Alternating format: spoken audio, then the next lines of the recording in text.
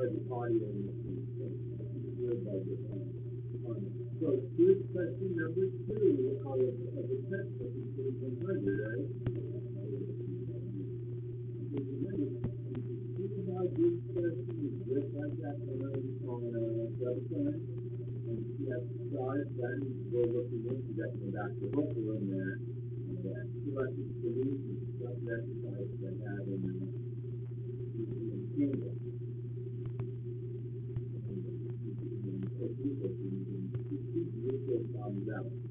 So how do we do this kind of problem? This question kind of walks us through this. The big thing, let's go through the big picture. I see, I know that some Z-score cuts off the bottom 85%.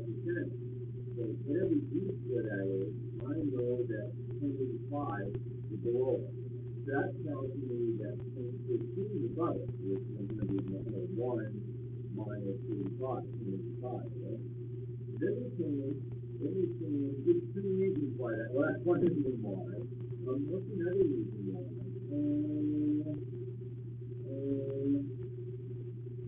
Well, I know that, here's another reason why.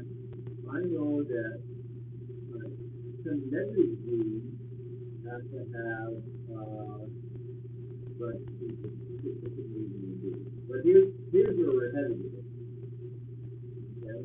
If whatever Z-score it is, because the chemistry, I also know the opposite of it, the negative of it, also has 1015 to the left.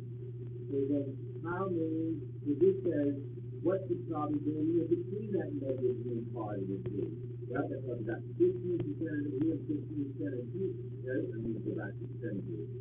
15% of here, that means 100 minus the 30% that you see as anyway is going to be 0.7, or 70% of 0.7. And that's what this question is at.